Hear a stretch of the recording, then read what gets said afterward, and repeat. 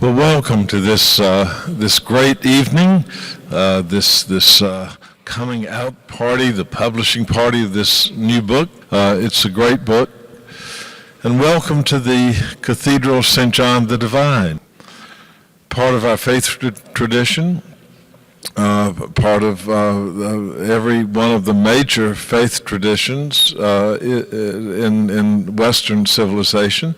And Mid-Eastern civilization has to do with being people of the land, and we all share a common interest in Palestine, and we've been fighting over it culturally, racially, politically for how many thousands of years. I think the negative side is to say Israel, Palestine is an intractable problem. It's a Gordian knot that will never be untied. And that may be true for all we know, but I don't think that lessens our responsibility to keep going at it. You keep talking about peace. You keep talking about what it means to be a person of goodwill with a neighbor whom you may not like and you may not want to live next door to, but you keep talking, silence is deadly. So I am grateful for the contribution that Rashid Khalidi has made in this book to keep the conversation going. So it's good to have you, Dr. Rashidi. Welcome, Khalidi, welcome.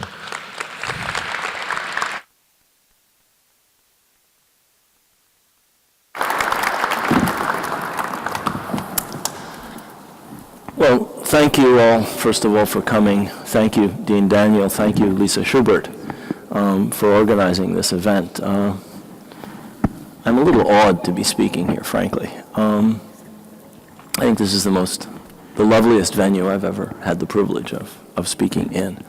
The title and the subtitle of my book, I think, give a good sense of its main arguments. It's entitled The 100 Years War on Palestine, A History of Settler Colonialism and Resistance. Now, I did not write this book for academics or for scholars or for students of the Middle East, though I hope they read it. I wrote it essentially for the general reader, especially for the American general reader, who often has a limited grasp of the realities of Palestine, if not a completely false understanding. For some of the older generation among those readers, the awful book Exodus and the equally awful movie of the same name constitute the sum total of their knowledge of the topic. People who rely on the media probably know even less, especially the mainstream media. Let me explain first how I set about countering this limited and often false understanding of the modern history of Palestine.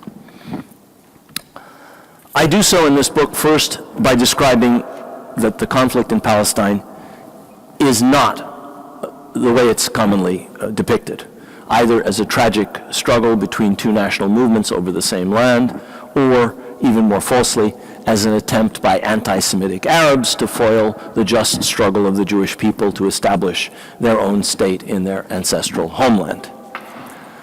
Against these largely false interpretations of the history of Palestine, I set the following argument: that what has happened in Palestine over more than a century must be understood as a war waged on the people of Palestine to establish a settler colonial project in their midst. This war was launched not just by the Zionist movement, but by different great powers. Great Britain from 1917 to 1947, the United States and the Soviet Union in 1947 and 1948, Britain and France in the 50s and 60s, and the United States since then. They have been partners in this war.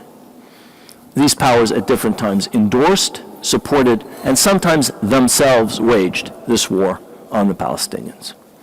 Now, one of the things I point out in this book is that Palestine is by no means a unique case. There have been many wars to impose a settler colonial project on an indigenous population. The examples start right here where we're standing in Manhattan. They include the United States, they include Australia, they include Algeria, Kenya, South Africa, and many other places. One of the several peculiar aspects of this war against the Palestinians was that the settlers did not come from the metropole. They were not British subjects from Britain. They were not French people from France, as was the case in Algeria. They were not British, as was the case in North America or in Kenya.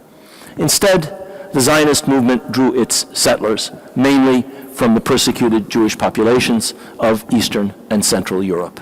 In this respect, it was unique. Also, unlike most other settler projects, the Zionist movement wanted its independent sovereign state. That's clear from Theodor Herzl's 1896 book, Der Judenstaat, in which he talked about an exclusively Jewish state.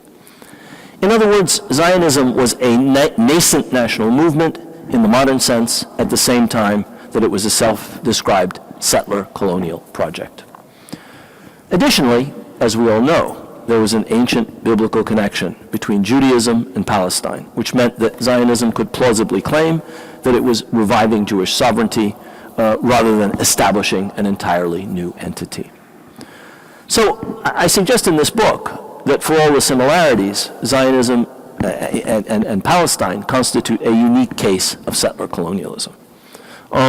This colonial movement, the Zionist movement, which aimed to found a new national entity in Palestine, and has succeeded in doing so, was in some sense independent of its great power patrons. It needed those patrons, but these were not French people from France or English people from England.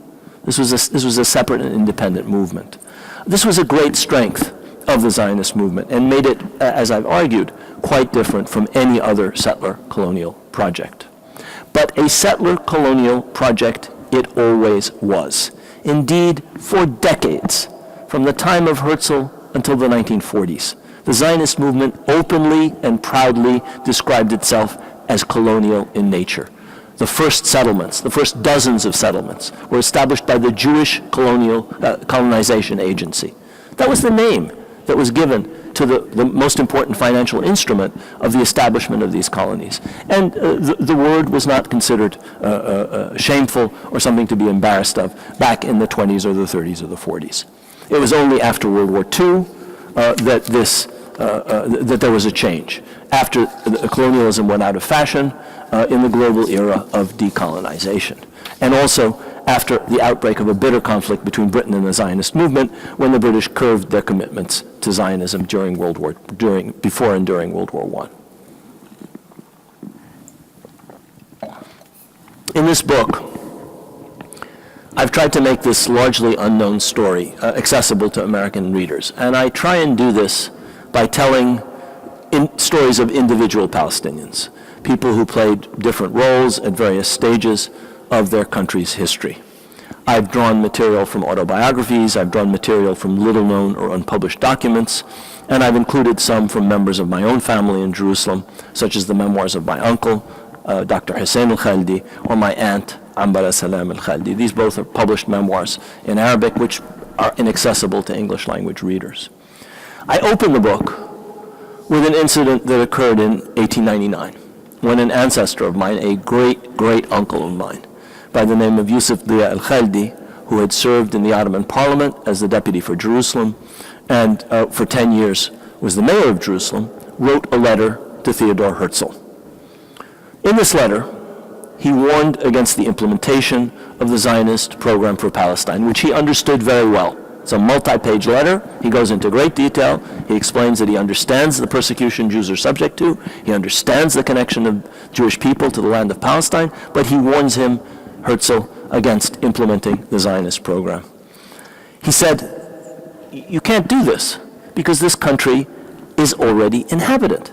Its inhabitants would never agree to be superseded. He concluded his letter with the words, and I'm quoting Yusuf Dia, "For the sake of God, leave Palestine alone." This was a letter in 1899.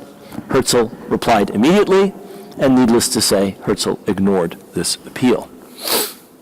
Now, using this kind of story, based on personal narratives, based on documents that I've found, based on published biographies and autobiographies, including in some cases from members of my own family, and including in some cases from the 60s onwards, my own observations of events. I've tried to describe the conflict in terms of 5 phases when this war was declared anew on the Palestinian people. But one of the things you have to understand is this war has never really stopped. The 5 phases I described mark changes in the nature of the war. But really for 100 years this war has been going on, at a low level sometimes, at a high level sometimes. And it is going on to this day, with bulldozers, with Trump and Netanyahu, with things that we don't see, legal tricks which force people out of their homes, and so forth. It's all part of this low-grade war which occasionally flares up. Let me just mention the 5 phases, and then I'll go into them in a little more detail. The first started with the Balfour Declaration of 1917 and the subsequent mandate given to Britain for Palestine by the League of Nations. That was the first phase of the war. The second phase was marked by the 1947 partition resolution passed by the UN General Assembly and the subsequent Nakba, or catastrophe, that struck Palestinian society during the 1948 war. The third phase, or the third stage, was the 1967 war and its sequel, a UN Security Council Resolution 242, adopted in November of that year. The fourth phase was the Israeli invasion of Lebanon and the siege of Beirut in 1982. And the fifth phase, still ongoing, was the repeated wars and the unending siege of the Gaza Strip. Now, one of the things that I tie these wars to in the book is the fact that they were often based on or resulted in international documents that are described as a series of declarations of war on the Palestinian people. That's not how they're commonly understood. The first of these was the Balfour Declaration and the 1923 Mandate for Palestine. I describe that as a declaration of war on the Palestinian people. Why?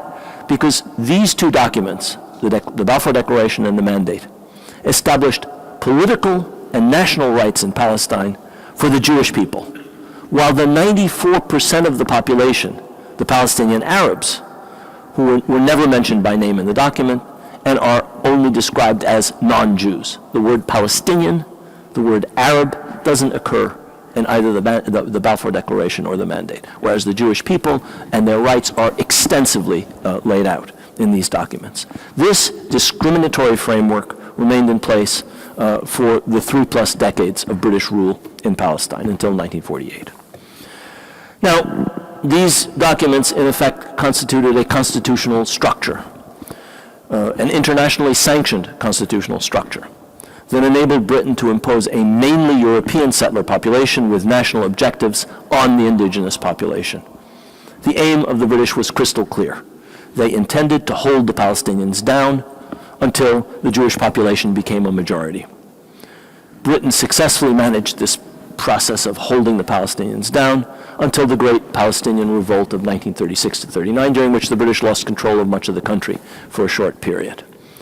Britain's repression of this revolt was one of the most massive counterinsurgency campaigns of the entire interwar period.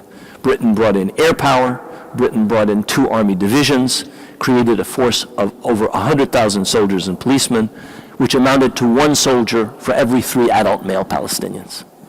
An enormous military force given the size of the country. The results of this repression for the Palestinians were devastating.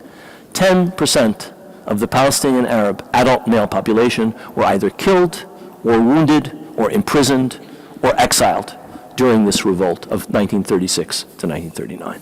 So that was the first declaration of war, the Balfour Declaration and the Mandate. The second of these declarations of war was the General Assembly's Partition Resolution of 1947.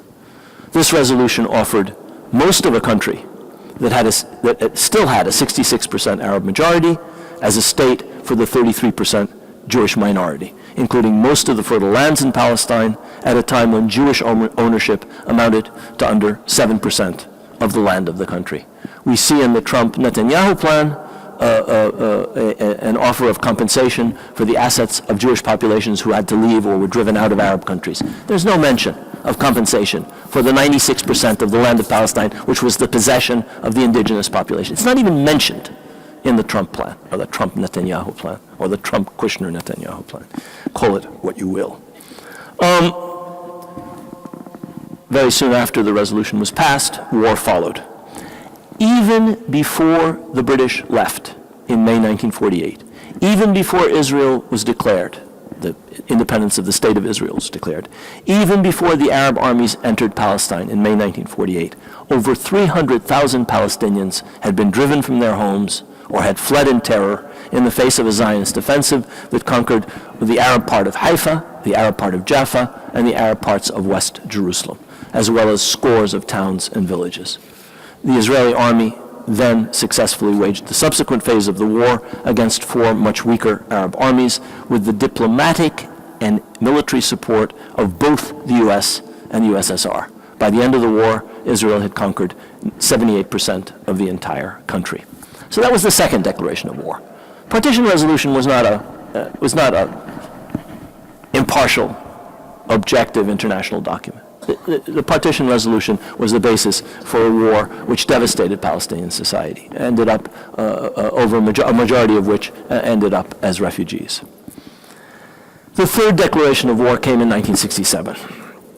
This war produced a document that established the international parameters for dealing with Palestine. This was UN Security Council Resolution 242 of November 1967. Once again, as in 1917, the Palestine issue was reduced to an insignificant level. Once again, the Palestinian people were not even mentioned by name. Palestinians don't exist in 242. The Palestine question doesn't exist in 242. 242 treats the entire conflict as a state-to-state conflict between Israel and Arab countries. Instead, the resolution speaks of, quote, a just solution of the refugee problem. That's the entire reference to the Palestinians.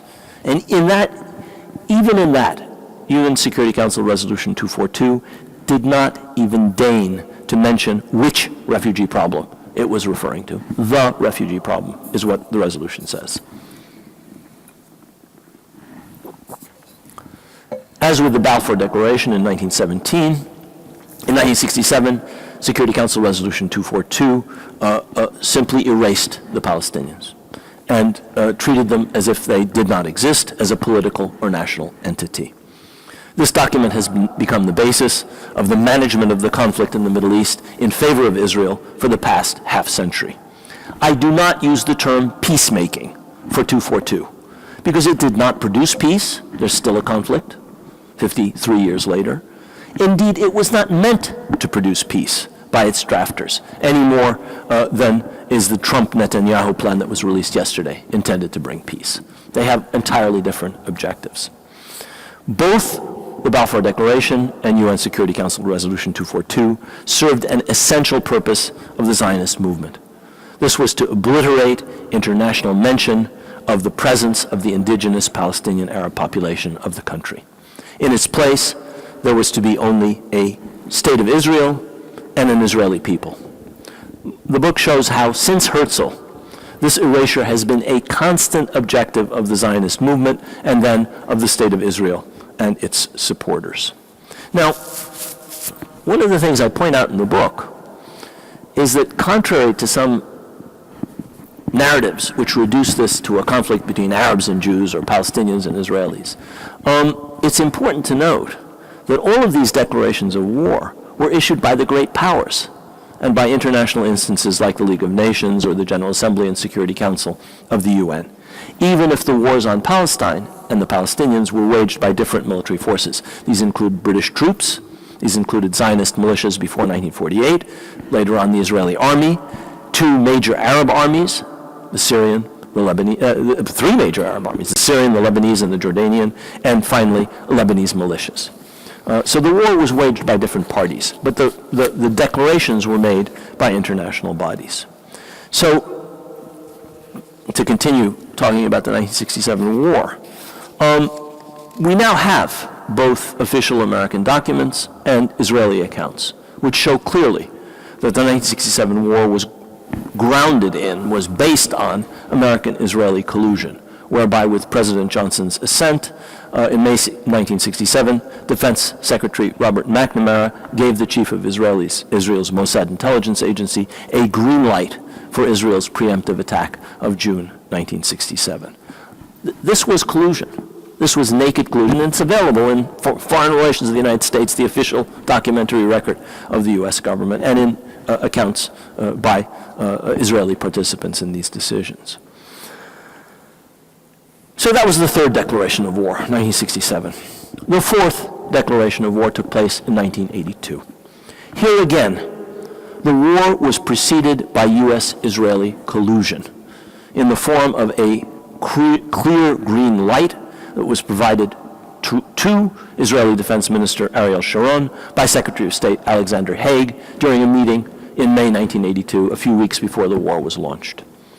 This was the first war since 1948 that was directed primarily against the Palestinians rather than involving mainly Arab states, as was the case in 56, 67, and 73. This was an Israeli-Palestinian war. But the Americans were also involved, as I argue in the book.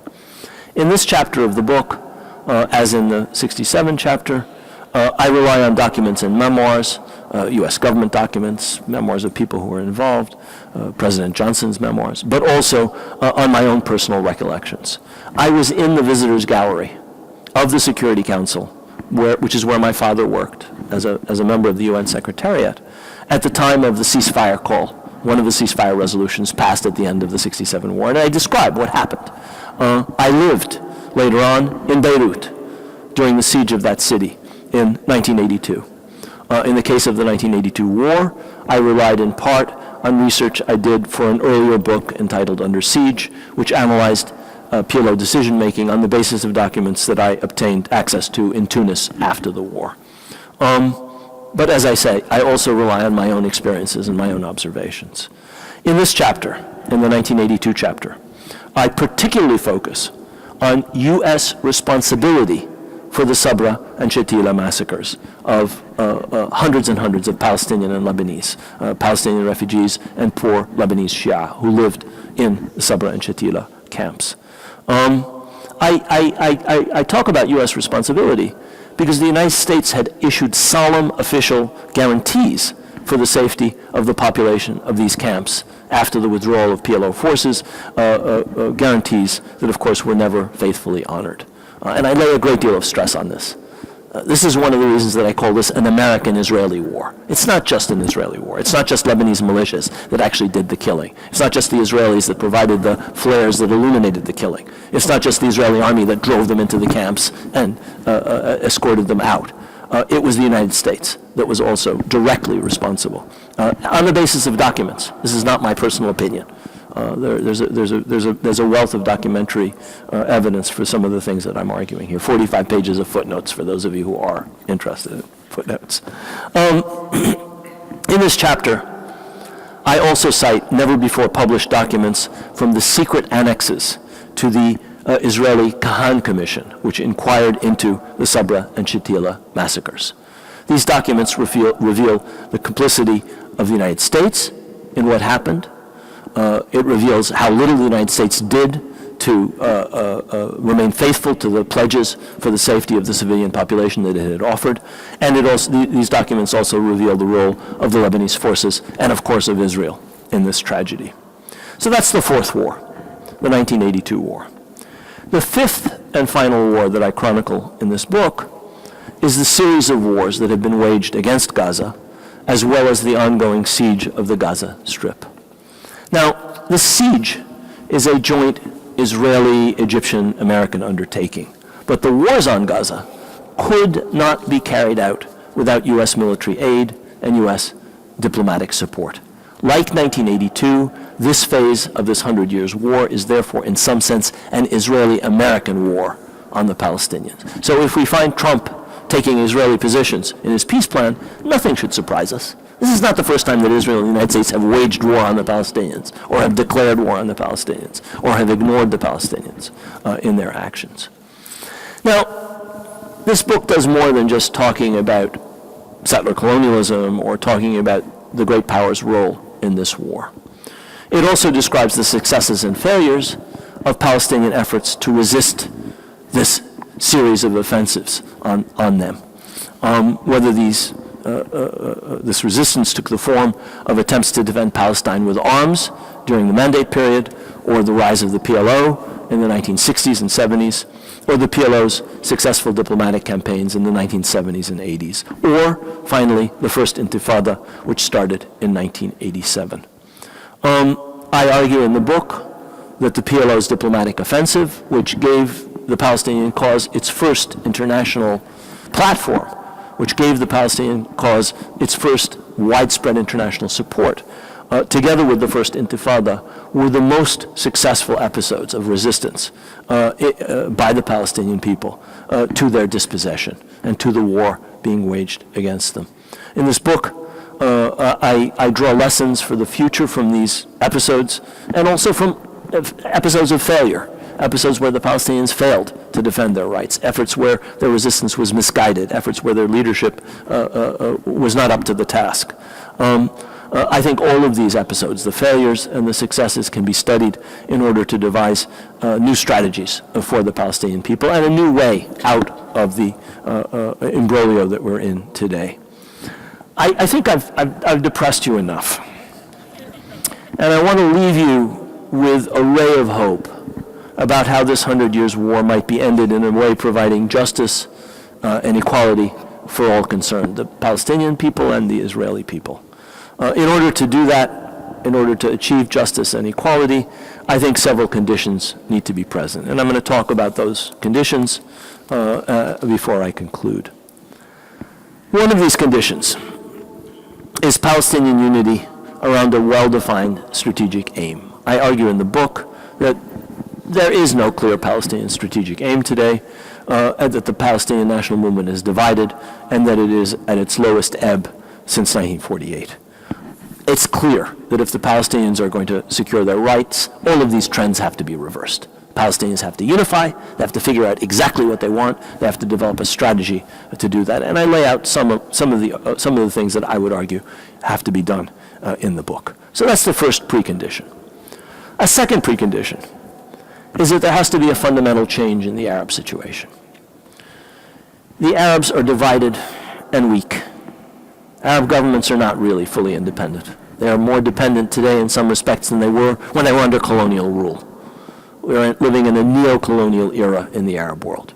The Arab world has the lowest index of democracy of any region in the entire world, the largest number of dictatorships and absolute monarchies. In fact, the only absolute monarchies on earth, several of them, more absolute than Louis XIV's or John I's absolute monarchies. That has to change. I would argue that this division and this weakness of the Arab world has been a vital precondition for Israel's victories in several stages of this war since the 1930s, and for Israel's continued domination of the region today. There are many reasons for this weakness, but central to this Arab weakness is the absence of democracy and egalitarian governments in most parts of the Arab world. The perpetuation with external support of undemocratic autocratic regimes that do not represent the strong pro-Palestinian sentiment of most Arabs is a guarantee of the supremacy not only of Israel, but of Israel's Western backers in the Arab world. They can get away with what they get away with because the Arabs are so weak and divided and are led by illegitimate, unrepresentative rulers who are entirely dependent on external support for staying in power, for keeping their thrones and their seats and the ill-gotten gains that these kleptocracies suck out of their countries. Now, that may sound like a tall order, changing that reality. But I would argue that the upheavals of 2011, the so-called Arab Spring, which produced, unfortunately, only one success in the new democracy in Tunisia, and now the strong democratic movements that refuse to bow in Algeria, in Sudan, in Iraq, and in Lebanon are all signs that the dictators and absolute monarchs who blight this region will not remain unchallenged. There is a powerful desire for liberation from these governments all over the Arab world. I'm not suggesting that that will change things immediately, but I think that you cannot hold that current down indefinitely. So that's the second precondition, positive change in the Arab world away from dictatorship and absolute monarchy. Finally, there are going to have to be some essential changes in this country and in Europe.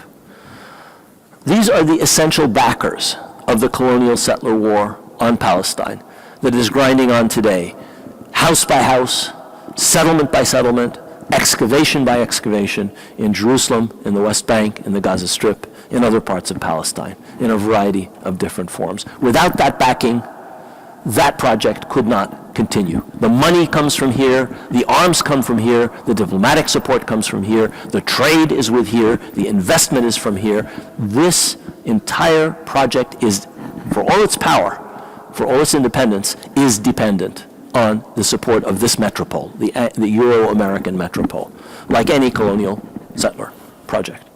And I think that here, in the United States and Europe, there's actually some good news.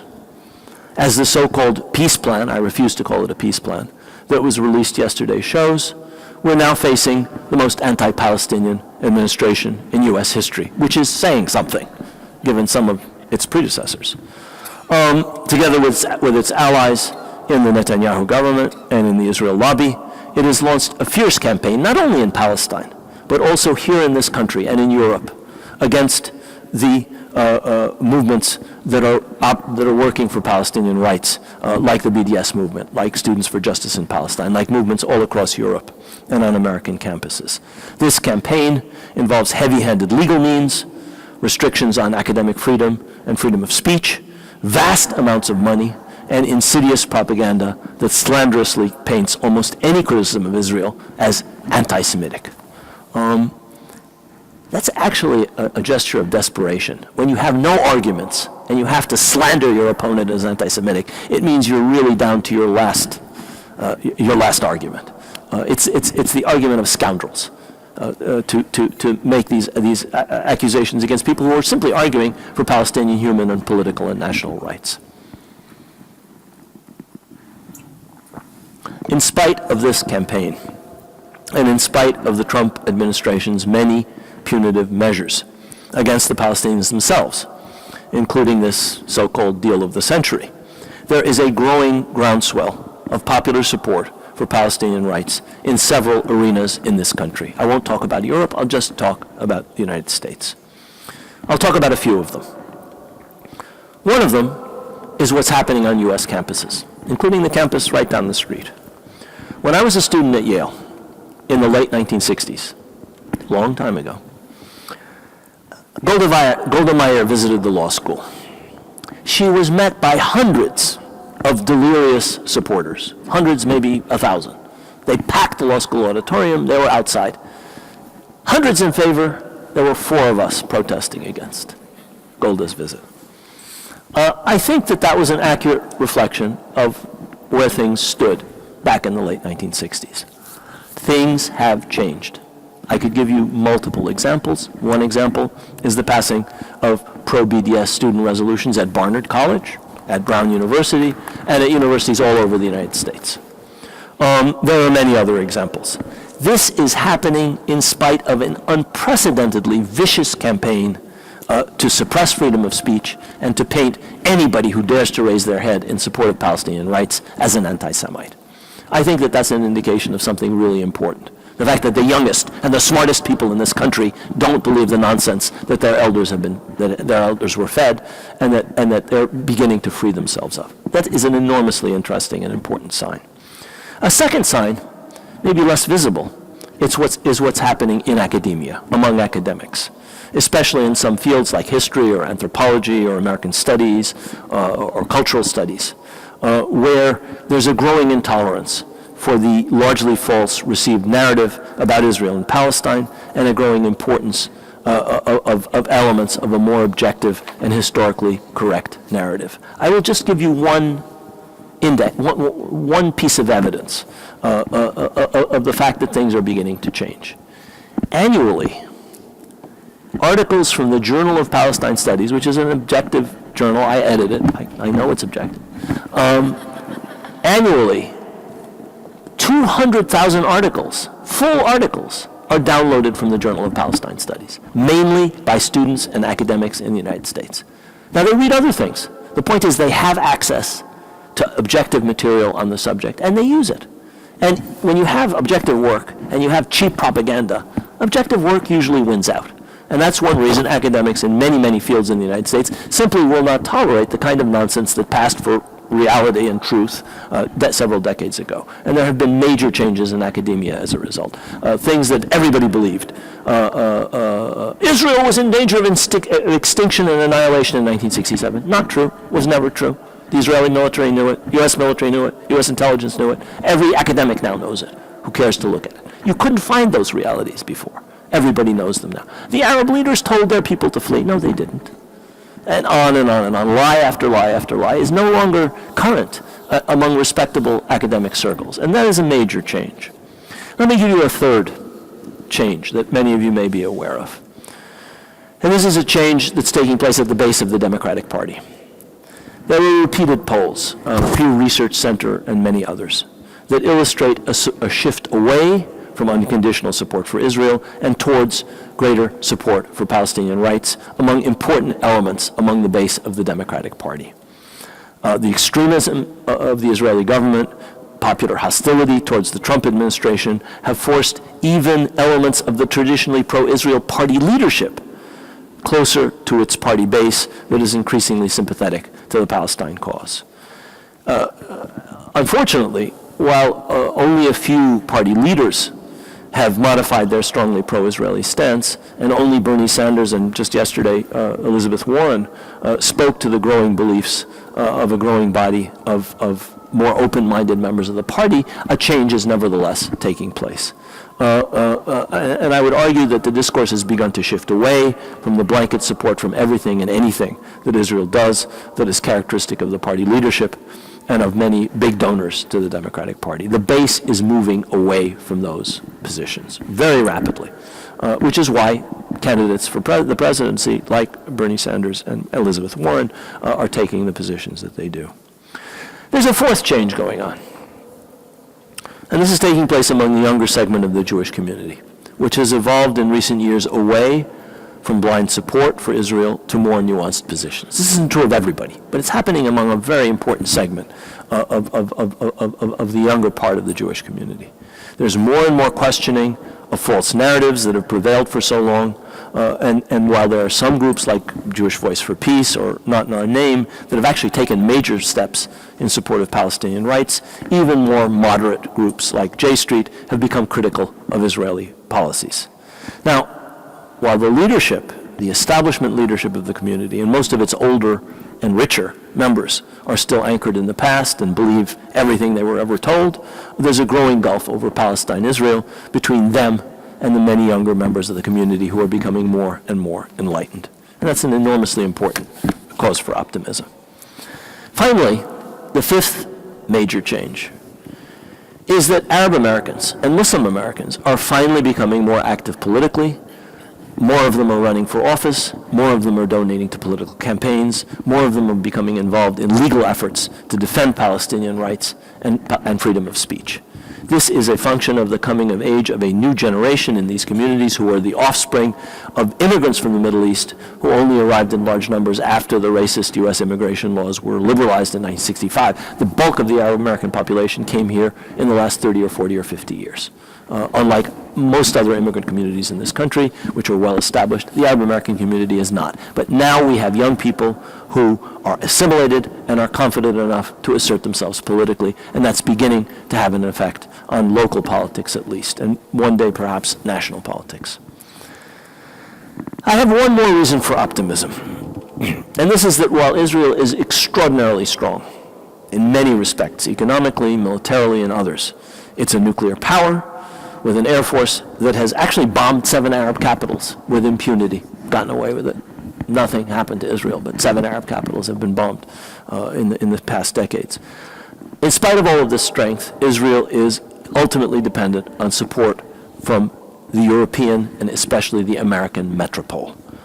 There is an increasing realization in the United States and in Europe of the incompatibility between the democratic, egalitarian ideals of liberal democracies, like ours supposedly is, like Britain supposedly is, like France supposedly is, and the exclusivist, narrow chauvinism of Israel. This is particularly true after Israel in 2018 enacted into constitutional law a provision that Israel is a state for only one people, the Jewish people, in a land which it controls absolutely from the river to the sea, and which is a land with two peoples. I think that the Trump-Netanyahu plan will deepen the sense of the discriminatory and utterly illiberal nature of Israel in an era where those things are no longer acceptable in liberal democracies. Yes, there are right-wing tendencies in many European countries, in this country, among the president's supporters, but ultimately those ideas are incompatible with liberal democracy. We're still far away, I think, from these things changing. But I think we can step back and see that really, historically, there have only been three possible solutions for cases of settler colonialism. Either the expulsion or extermination of the indigenous population, which happened in some cases, but which is unthinkable in the 21st century, or the equally unthinkable expulsion of the settlers, which happened in Algeria, but which is equally unthinkable in the 21st century, or finally, finding some form of coexistence based on justice and equality of rights without oppression and discrimination of one people by another. Obviously, that's an ideal solution that's not on the horizon. But I think that there are straws in the wind. I've pointed to some of them that indicate that we may be going towards a better future. Whether these are insistent demands for democratic change in the Arab world, whether this is the growth of global sympathy for Palestinian rights, or whether this is the rise of new global powers combined with the slow diminution of the role of the United States in the Middle East. Whether these or other changes take place, in the end, a 19th century colonial project cannot persist in the 21st century. It's marching against the tide of history. There can be no lasting peace or security for either the Palestinian or the Israeli peoples as long as one people oppresses another with the support of outside powers. Only a peace based on justice and complete absolute equality of rights, personal, human, and national rights, can bring this 100 years war to an end and can offer liberation from bondage that the Palestinian people deserve. Thank you very much. I would be happy to take some questions. I wanted, given the enormous disparity in power between Israel and the Palestinians, and given the Trump-Kushner-Netanyahu plan, which is already leading to annexation of a third of the West Bank, what do you think Palestinians in the occupied territories and Palestinian citizens of Israel can do on the ground, practically speaking? You mentioned BDS, which is an international effort, but what can Palestinians do now to resist? What weapons do they have at their disposal? Yeah.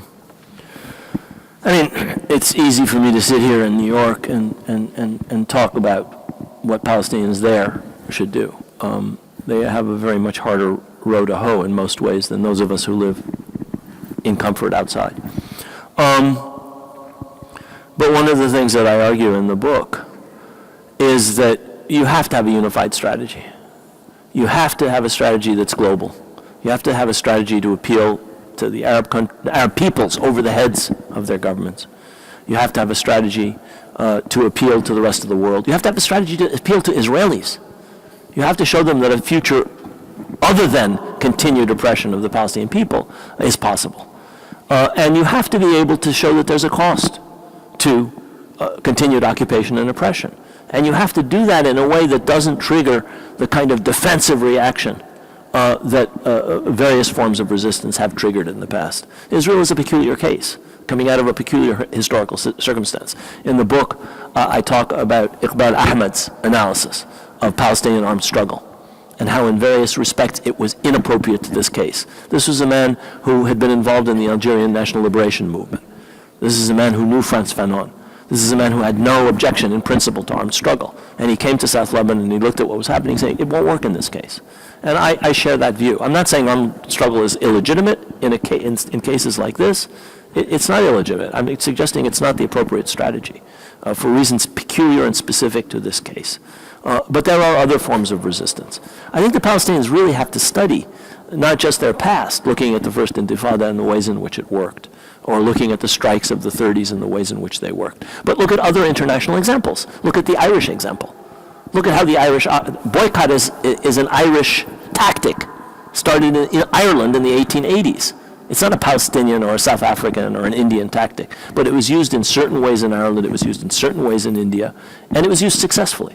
So I think that there has to be a little broader vision of what you can do, a borrowing of tactics from the Palestinian past, from the past of regional national liberation movements, and global national liberation movements, like the Indian and the Irish and others.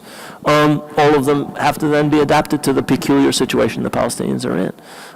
I think they can also learn a great deal from the Palestinians inside Israel, who have by far the most evolved understanding of exactly how Israel works. They have been dealing with it for 73, 72 years now. They really understand how the system works. Their Hebrew is better than many Israelis. Their understanding of the legal system, the lawyers' understanding of the legal system, the politicians' understanding, the journalists' understanding, the analysts', it's better than any other Palestinians by far. Which is not to say they always follow the right tactics, but using and learning from them is something that Palestinians should be doing, not just Palestinians inside Palestine, but Palestinians everywhere. So there are many, many things that can be done. The first thing to do is to get this, to unify your national movement. The Palestinian national movement was for a period unified, and in spite of many, many errors, I talk about the mistakes that the PLO made by the bushel, it achieved a great deal simply by unifying representation of the Palestinians. And that's something that's been lost. And that has to be recovered as a precondition for anything else. So there are many, many things. In some of these things, the lead can be taken from outside. It doesn't have to be taken by people inside. I mean, one of the things that the PLO did wrong was to put itself at the mercy of the Israeli occupation. The entire leadership puts itself in a cage, which is what they've done, and put themselves at the mercy for their movement, for their permits of the oppressor. It's absurd. No national liberation movement in history has ever done anything so foolish. And so there are various things that have to be done, and should be done, and can be done. I could go on, but I'll bore you. First of all, I must agree with you. This is quite an overwhelming scene to be at and speak at. But I would like to hear your views. Let me start another way. You spoke at great length about the support Israel has received from the U.S. and European states over the years. You also talked about the weak Arab states, people being oppressed in Arab societies. Mm-hmm. I would like to hear from you, from the view of the Palestinian people, which support from the Arab world is most important, and how has this changed over the years? So essentially, which Arab states are supporting the Palestinian cause, and which Arab states are supporting the Palestinian cause in a positive way, and not just for their own benefits, right, whatever they might be? Thank you. That's a big question. And if you want me to answer it comprehensively, I'd have to go back over many decades. A couple of things. There was a poll that was done about a year ago by the Arab Center in Doha of, I think, 12,000 respondents in 11 Arab countries. And it showed that popular support for the Palestine cause is about as high as it's ever been. It hasn't really waned in most Arab countries, and they went across a range of Arab countries. But what you see is governments who do nothing about this, largely because they're unrepresentative, or because they're afraid of the United States. So one thing that has to happen, and which actually used to happen in the past, is that it has to be made clear to the United States that it cannot trample Palestinian rights and not pay some kind of cost in its relationship with the Arab world. When the United States supported Israel during the 73 war, there was an oil embargo. When the United States supported Israel in the 67 war, many Arab countries broke relations with the United States. Now, I'm no great fan of the regimes that did these things. I don't think they were necessarily leading the Arab world or the Palestinians in the right direction. But it was clear to American policymakers that however great their love for Israel, and however great their desire for whether it's votes or campaign contributions or favorable media coverage, they could only go so far. in derogating Palestinian rights and in unlimited support for Israel. Well, that's no longer the case. And that's partly, or largely, I would argue, because of the situation in the Arab world. So I'm arguing that has got to change, and that's not in the hands of the Palestinians. They can do something that they did very well in the 1960s and the 1970s, when you had a lot of unrepresentative Arab governments, but Arab governments that were responsive to their own public opinion and to Palestinian public opinion, which is to talk over the heads of the governments to the Arab public. And that the PLO used to do, that this miserable leadership, or these miserable leaderships, have ceased to do. They're terrified of the Arab governments. They won't counter, they won't cross them. And you have to be able to do that. It's not an easy thing to do.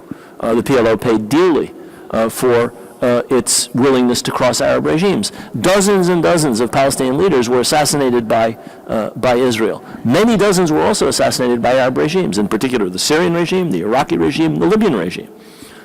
So there's a cost to doing that. But I think the Palestinians have to be willing to pay a certain cost in their relations with some Arab governments to speak over the heads of these, especially the unrepresentative ones. You don't pay a cost when you talk to the Kuwaiti people. You talk to the Kuwaiti press. They have a free press. They have a parliament. They have political parties. Lebanon is the same. Tunisia is the same. But in the other countries, like Egypt or Saudi Arabia, there is a cost to be paid. And I think you have to be willing to pay that cost. And if you do, that public opinion that the polls tell us is supportive of the Palestinians can be actuated. And that, in turn, will make the United States realize that doing the kinds of things that it's doing is not cost-free. So that's a short answer to your question. U.S. policy in the Middle East is oriented toward opposing what some people call an axis of resistance that runs from Lebanon to Syria through Iraq to Iran, who are arrayed against U.S. domination of the region. What do these struggles, if you agree that this is a coherent struggle, what is the role of this attempted coup de grace against Palestine in this overall regional dynamic, and what are the prospects for this larger sort of struggle? Well, a really important element in the way in which the United States approaches the Palestine issue is its ability to play on the fears of some Arab regimes, in particular some Gulf regimes of Iran. So this issue, this regional conflict between Iran and its allies and between Saudi Arabia and its allies is actually a major factor in the Palestine question, because it means that for a number of Arab countries, Iran is the primary consideration, and it has led these governments to move much, much closer to Israel. The security systems in several Arab Gulf countries are Israeli systems, run by Israelis. And probably controlled from Tel Aviv, from the Qariya, from the Defense Ministry, from the Israeli high-tech spy establishment. The air defense and anti-missile systems in several Gulf countries, which defend these countries against Iranian missiles, are Israeli. In many cases, they're American cutouts, so it says Raytheon on the box, but it's actually manufactured by Elbit or some Israeli company. And so this is a problem for the Palestinians, partly because this conflict actually has very little to do with Palestine.